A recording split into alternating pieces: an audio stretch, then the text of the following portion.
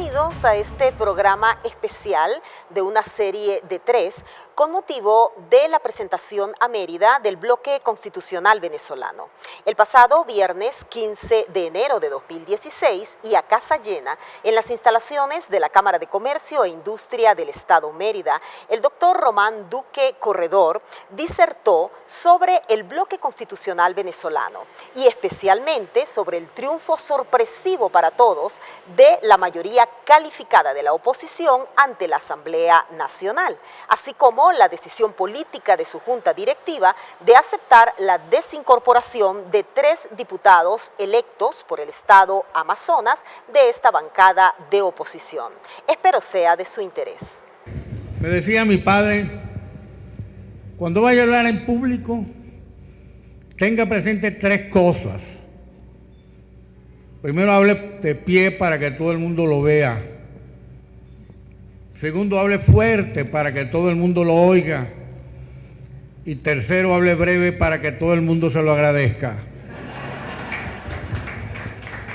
Miren, que voy a tratar de cumplir el tercer consejo. Porque estoy de pie, estoy hablando fuerte. Eso es más fácil. Lo difícil es lo tercero. Decir tantas cosas sobre tantos problemas en muy pocas palabras que tengan algo de lo que decía el magnífico rector Mendoza Angulo, sapiencia. Eso es difícil. Pero créanme que voy a tratar de cumplir con esa tercera regla.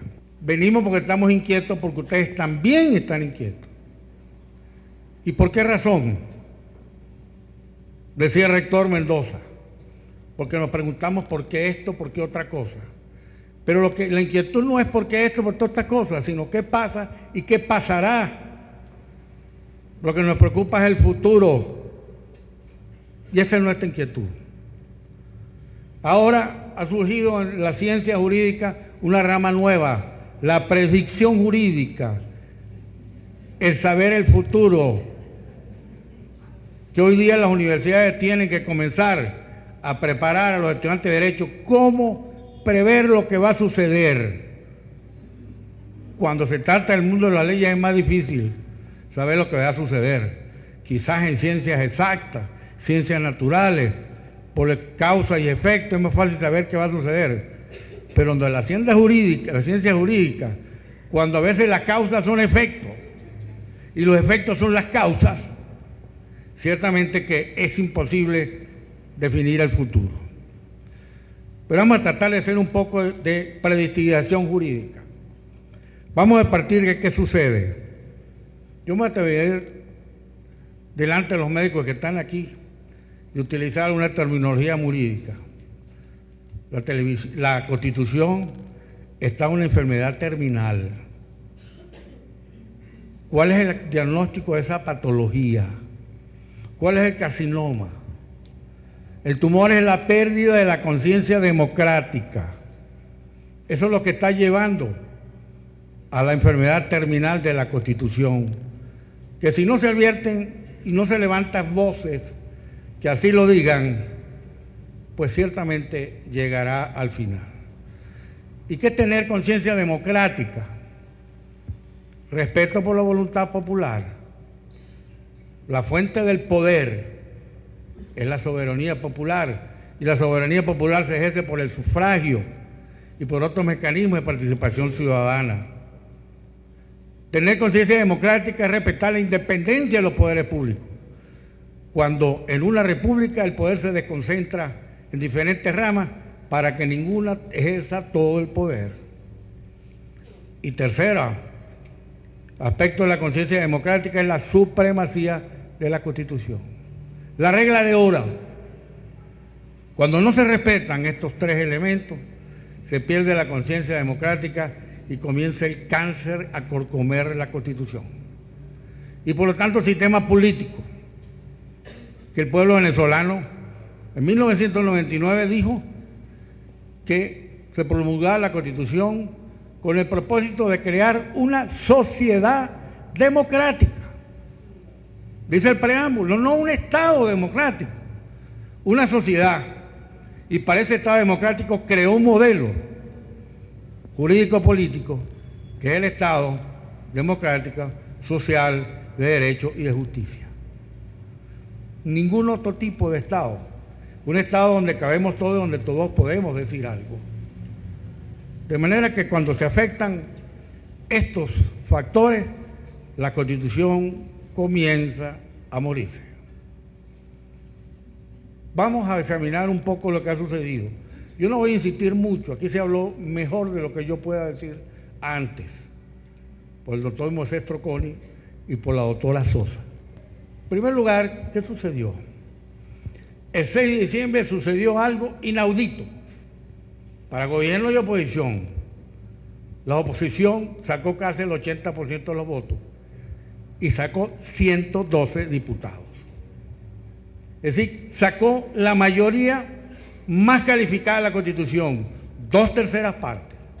Es un hecho inaudito. Lo primero sorprendido fuimos lo de la oposición. Ganamos, pero ¿cómo? ¿De todo? No. Sí.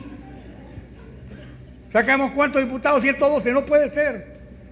Lo sacamos.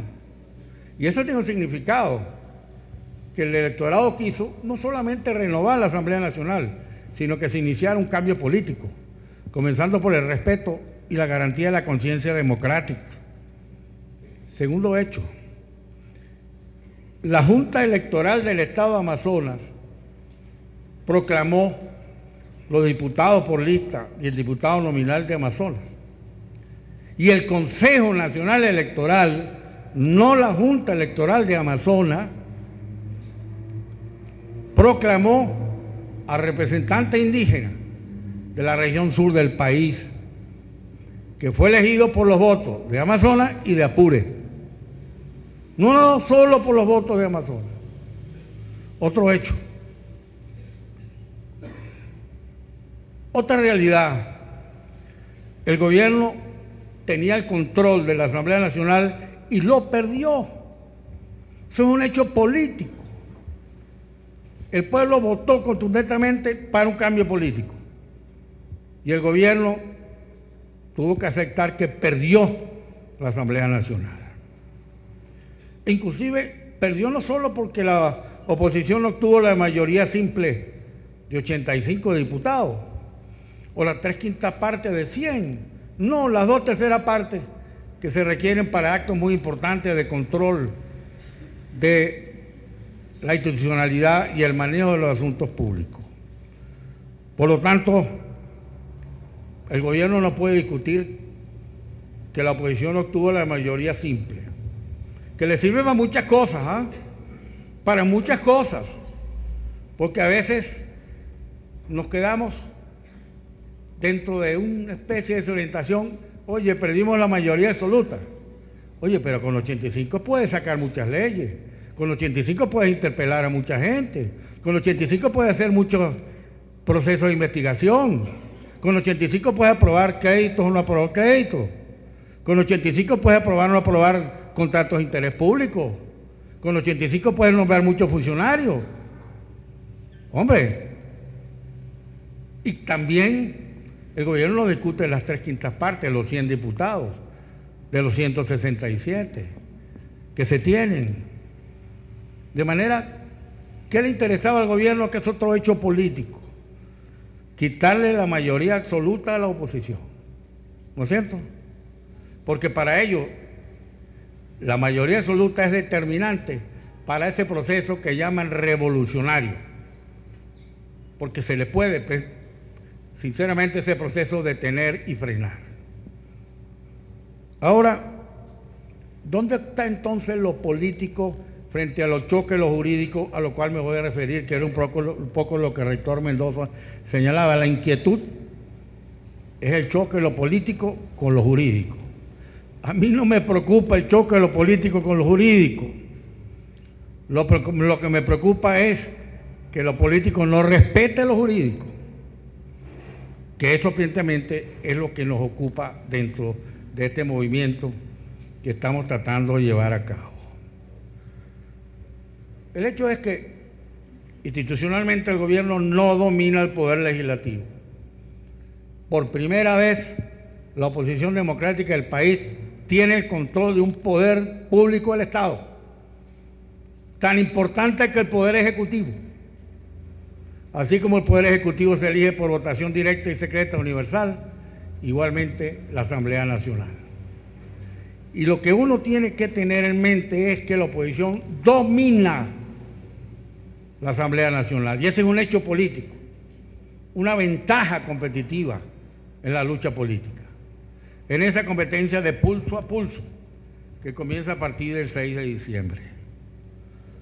Por lo tanto, ¿cuál es el objetivo político del gobierno? Quitarle la mayoría a la Asamblea Nacional de las 2/3 partes, para que no dicte leyes orgánicas, para que no pueda remover de funcionarios de los otros poderes públicos, entre otras cosas, para que no pueda inclusive poder modificar leyes orgánicas, etc. El gobierno entonces se plantea una estrategia política frente a un hecho institucional y jurídico y político: quitarle la mayoría de las 2/3 partes a la oposición democrática. Y acude a lo jurídico, porque de otra manera hubiera sido un golpe de Estado desconocer la mayoría simple o la otra mayoría primera calificada de la oposición. Acude entonces al mecanismo jurídico. ¿Cuál? Demanda la nulidad de actos de totalización en algunos estados. Demanda la nulidad de la elección de algunos mesas por errores supuestos en la totalización. Y en un estado demandan la nulidad de todo el proceso eleccionario, es decir, desde la votación hasta la proclamación. Y escoge el estado Amazonas, donde, para lo cual inventa lo que la ley de procesos electorales llama fraude masivo. Para poder demandar la nulidad total de un proceso eleccionario, uno de los motivos es el fraude masivo, que es decir, toda una componenda para voltear la voluntad popular o interferirla de tal manera de que se consiga un resultado diferente utilizando métodos de engaño. ¿Y en qué se basa? En una supuesta grabación de una conversación privada de una funcionaria del gobierno del estado de Amazonas con una persona anónima, pero no se sabe quién es, en donde supuestamente la funcionaria del gobierno del estado de Amazonas le dice a su interlocutor anónimo que se ha ofrecido dinero para que se vote en favor de la mesa de la unidad. Una declaración privada que es obtenida o interceptada por medio de la grabación, que es una prueba que los penalistas que aquí están, incluso quizás quisiera referirme al doctor Rafael Quintero Moreno, sabe que con las conversaciones privadas que se intercepten sin la autorización judicial no valen como prueba, son inconstitucionales y además son un delito según la ley de protección de la comunicación privada o de la privacidad. Son un delito.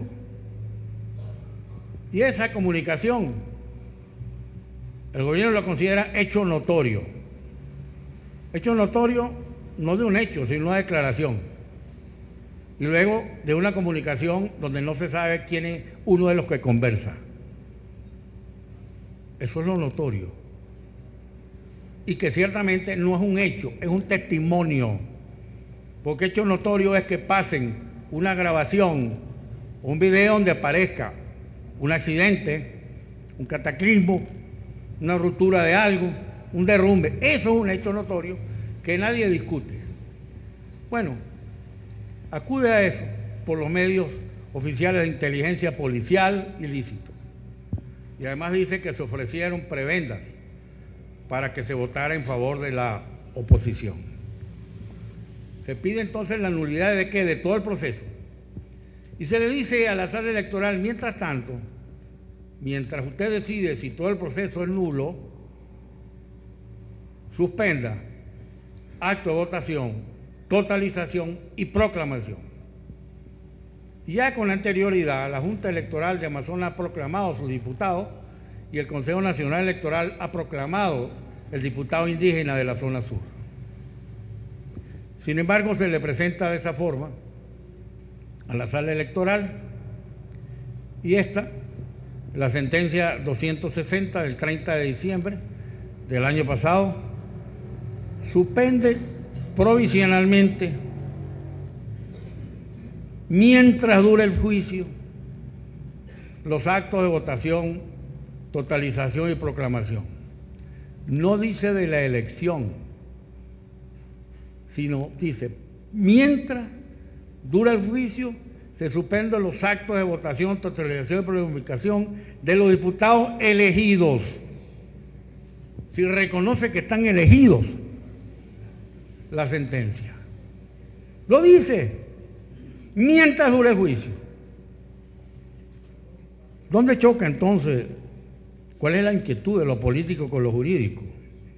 Uno, se pretende la nulidad de todo el proceso en base a una grabación entre dos particulares de los cuales uno no se conoce. Los abogados saben que en materia civil o mercantil, si usted presenta una carta por una persona dirigida a otra y esa persona no firma, ni se identifica, no sirve. Bueno, aquí es que supuestamente lo dijo un funcionario y presentó la grabación y lo repitieron los periódicos y la emisora de radio y televisión. Pero no de un hecho, de un testimonio, de una declaración, y sobre el cual se pretende montar el fraude masivo, sin que la grabación se diga a quién se le compró el voto, a quién se le pagó el voto y de dónde salió el dinero para comprar los votos. Y además se dice que hubo ventajismo porque se ofrecieron beneficios del gobierno del Estado de Amazonas a los votantes. Por tanto, se presenta el primer tema, que si ciertamente se puede admitir una demanda con una prueba ilícita, con una prueba que es un delito. Imagínense un tribunal admitiendo una demanda, considerando como fundamento la demanda una prueba que es un delito. Y la sala electoral admite una prueba inconstitucional y ilegal que es un delito para darle paso a una demanda de nulidad de todo un proceso. Bueno, algunos dicen que la sala electoral se hizo cómplice del delito. Bueno, yo diría a los penalistas que lo ponderen. Si el juez que admite una prueba que es un delito, si comete no delito también. Por otro lado, se dice, mire, ya proclamado, solo corresponde a la Asamblea Nacional calificar si esos diputados son integrantes o no de la Asamblea Nacional. Porque la Constitución establece que es una atribución privativa de la Asamblea Nacional calificar sus miembros, así como separarlos temporalmente por las 2/3 partes. Y miren lo importante, los 3 diputados de Amazonas solicitaron que separarse temporalmente. Y lo acordó la Asamblea Nacional, sin el voto de ellos, que con ellos hacían las 2/3 partes. Y sin embargo lo acordaron que se separaran temporalmente con 109. Y acordaron la separación temporal de 3 diputados. Ya dijeron con la reserva de que no estamos de acuerdo con la sentencia y que lo hacemos provisionalmente para cumplir lo que dice la sentencia, que dice que esto es provisional y que no se nos ha suspendido la elección y que somos diputados electos. Por lo tanto, se considera que la sala electoral no podía admitir la demanda, mucho menos suspender actos ya ejecutados, porque eso era desconocer la voluntad popular. Estaban elegidos y proclamados por los organismos electorales. La sala electoral suspende los actos, los órganos subordinados del Consejo Electoral de Amazonas, pero el indígena no lo había suspendido la Junta Electoral, no lo había proclamado la Junta Electoral de Amazonas, lo había proclamado el Consejo Nacional Electoral, que no está subordinado como poder, como una rama del poder público, a otro poder. Por tanto, eran elementos que comienzan a surgir de inquietudes frente a hechos políticos, si esto era jurídico o no. Pero hay otro elemento. Antes de la demanda, se había cuestionado ante la Asamblea Nacional, dentro del procedimiento de elección de los magistrados del Tribunal Supremo, a 2 de ellos que fueron elegidos para la sala electoral. Uno que el día anterior era diputado, de apellido Serpa, y otro que era funcionario dependiente de un organismo del Estado y de un hermano del presidente de la Asamblea Nacional. Y se había impugnado esos 2, diciendo que era inconstitucional e ilegítima su elección, antes de que se demandara. De manera que yo pregunto, ¿podía confiarse en 2 jueces cuya legitimidad estaba cuestionada por la Asamblea Nacional nueva para poder decidir de manera imparcial? Evidentemente que tenía un interés directo en el pleito, ¿no? Porque le interesaba, por cuanto la Asamblea Nacional lo cuestionaba, que la Asamblea Nacional fuera, que se sentenciara en contra de la Asamblea Nacional. ¿No es cierto?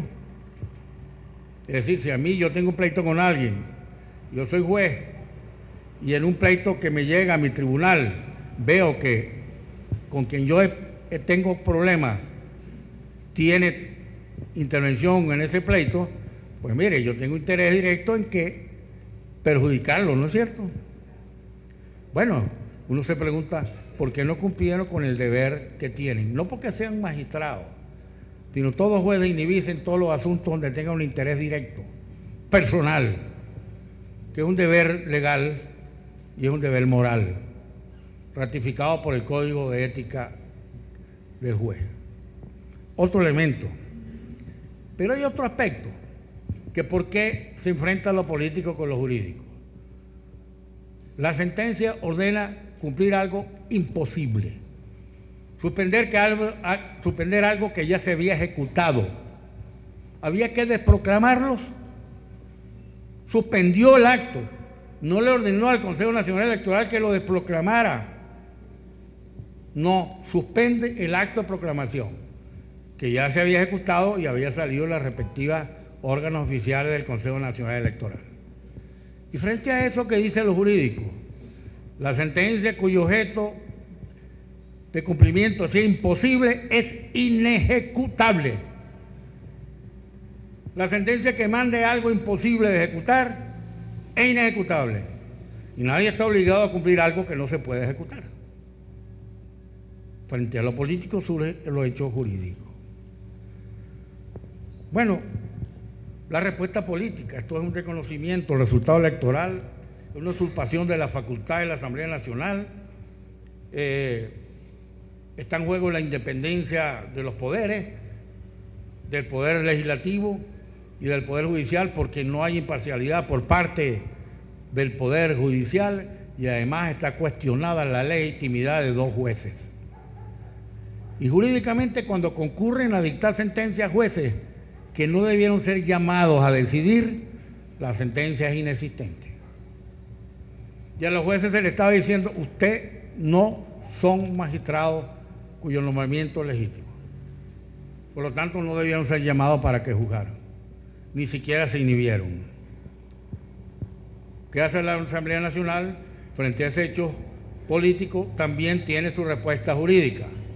Yo soy un poder independiente, la facultad de calificar los miembros es de la Asamblea Nacional, los actos se cumplieron y por mayoría de 109 lo incorporan a la Asamblea Nacional para que integren la Asamblea Nacional conforme a la Constitución. que dice que la Asamblea Nacional está integrada por todos los diputados que hubieran sido elegidos por votación universal, directa y secreta, en los circuitos o por lista. Cumpliendo ese mandato constitucional popular, la Asamblea utiliza su facultad privativa.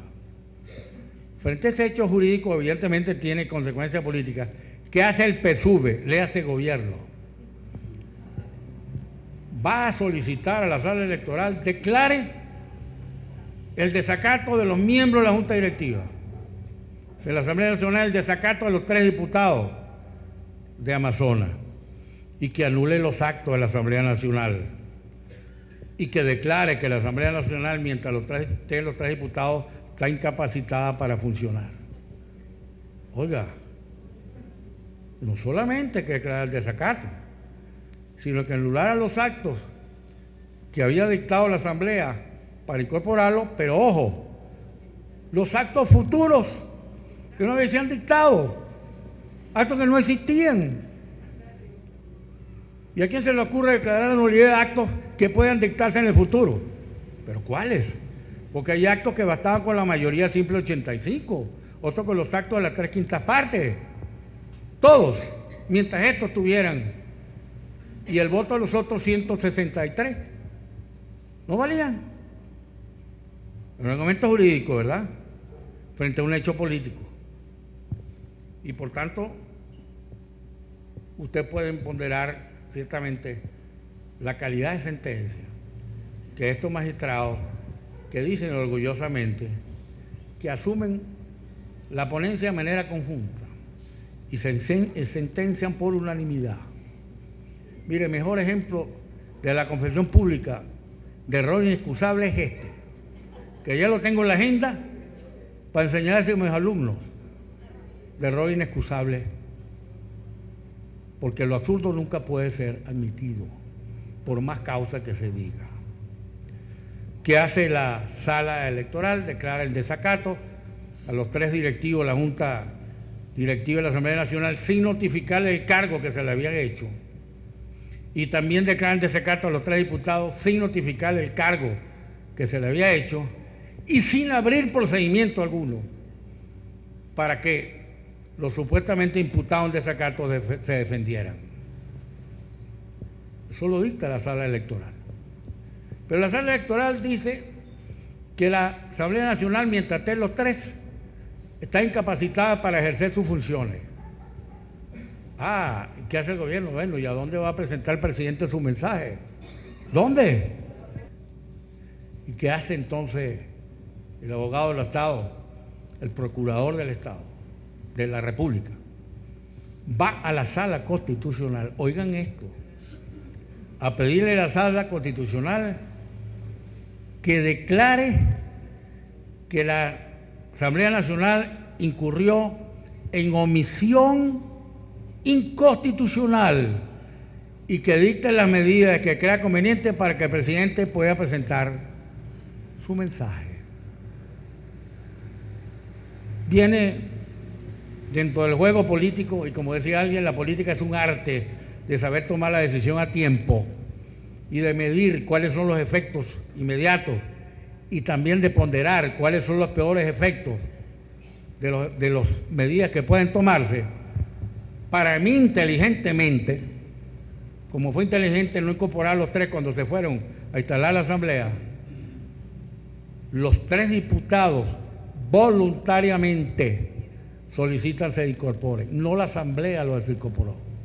Le solicitan a la Asamblea que los incorpore temporalmente para quedar sujeto a una sentencia que dice que solo mientras dure el juicio quedan suspendidos los actos y ya están cumplidos, pero no su elección. De manera que no han perdido su origen de representante popular, porque la sentencia dice que son diputados electos. Bueno, me vino ahorita lo que me decía mi papá de tercer. Perdón. Ya voy a terminar. No, ya va. A mí me decía un padre jesuita que nos da oratorio en el San José de Mérida: cuando usted esté cansado, se le olvide la cosa, eche un chiste. para que descanse y coja fuerza y recuerde lo que se le olvidó. San Ignacio, San Ignacio, cómo me has ayudado en esta vida, San Ignacio, San Ignacio. Es que soy ignaciano, Loyatarra y josefino. Y sigo siendo del equipo del estudiante porque tiene los colores de San José.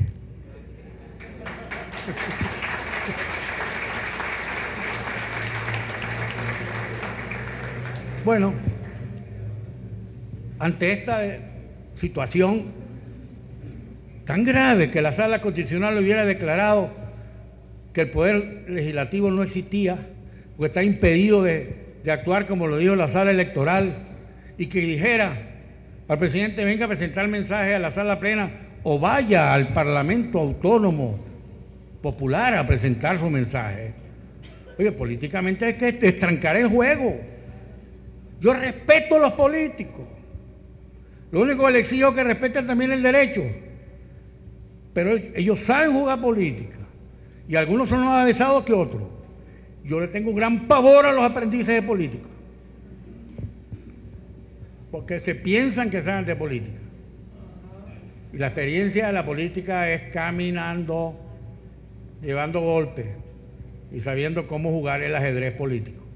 Cuándo se debe comer el obrero, cuándo se debe comer el rey o meter el jaque a la reina. Que eso es arte. No lo digo yo, lo decía Chuchi, que la política es un arte de saber cuándo hay que tomar la decisión y de medir las consecuencias. Bueno, ¿qué podía haber sucedido? Que la Sala Constitucional hubiera declarado en omisión constitucional al Poder Legislativo, prácticamente era cerrarlo, un fujimorazo. Perdónenme, pero yo dije en estos días que era un diodadazo. Se toma una decisión política inteligente. No se pierde ni en mayoría simple ni en mayoría de las 3/5 partes. Y crea la duda de si ahora, como la Asamblea Nacional está integrada por 163, si ya la mayoría no son 112, sino 109. Exactamente. Porque la Constitución dice en algunos casos que la votación es la 2/3 parte de los presentes. La tiene, ¿verdad? Ajá. Y en otra parte dice de los integrantes. Bueno, ustedes dijeron que los integrantes eran nada más 163. Bueno, yo seguiría batallando sobre ese criterio. Con cierta habilidad, bueno, sí, viveza. Llanera, andina, no sé. Pero a mí, como yo he aprendido tanto el Piedemonte, yo creo que esa conjunción, porque estoy viendo aquí unos llaneros con esa sabiduría piedemontana, que yo creo que se puede jugar con eso. Bueno, señores, permítanme concluir. Yo quisiera, en primer lugar, convocarlos, primero a los abogados. ¿Por qué los abogados? Porque tienen la obligación de hacerlo, en virtud de que son miembros del sistema de justicia, a que se componen en movimiento de defensa de la Constitución, a rescatar la conciencia democrática, para que la Constitución no muera de enfermedad terminal. Los abogados tienen el deber y el derecho de levantar su voz y ser escuchados. Segundo, quiero decirles que el tema del cumplimiento de la Constitución no es un problema nada de los jueces y de los políticos, es el problema de los ciudadanos. Por eso, como se habla tanto de Contraloría Fiscal, Contraloría Social, hablando con Cecilia, llegamos a la conclusión que nosotros debemos asumir la función de Contraloría Ciudadana Constitucional y formar un gran movimiento, comenzando por los abogados, pues después abrirlo a la sociedad civil de rescate de la conciencia democrática para reinstitucionalizar la funcionalidad de los poderes públicos o reconstitucionalizarlo.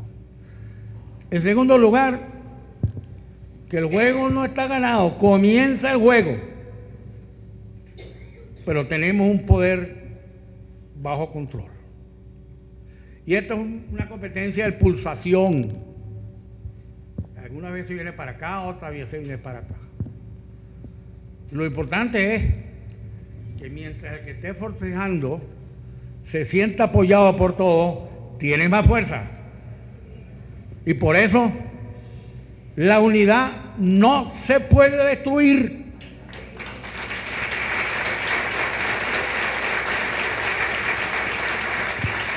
Y lo digo porque vienen elecciones de gobernadores y vienen elecciones de alcaldes. Aprendamos la lección. Mientras salgan candidatos contrarios al movimiento de la unidad, perdimos posiciones. Aquí se hubiera ganado quizá un diputado más. En Táchira se hubiera ganado un diputado más. Ciertamente esa elección vamos ahora a repararla. Y por último, no perdamos la fe. Les voy a recomendar una lectura para que cojan fe y vean que hay con qué. Léanse la Laudatio Si, el cuidado de la casa común del Papa Francisco, para que vea que nos levante el espíritu y nos actualice muchas cosas. Y donde nos dice, los cristianos y los ciudadanos no pueden permanecer pasivos ante el problema de la casa. Únanse, practiquen soluciones. Y yo le agrego al Papa Francisco con respeto, santidad, usted me ha enseñado una cosa, hay que tenerle miedo a la cobardía. Muchas gracias.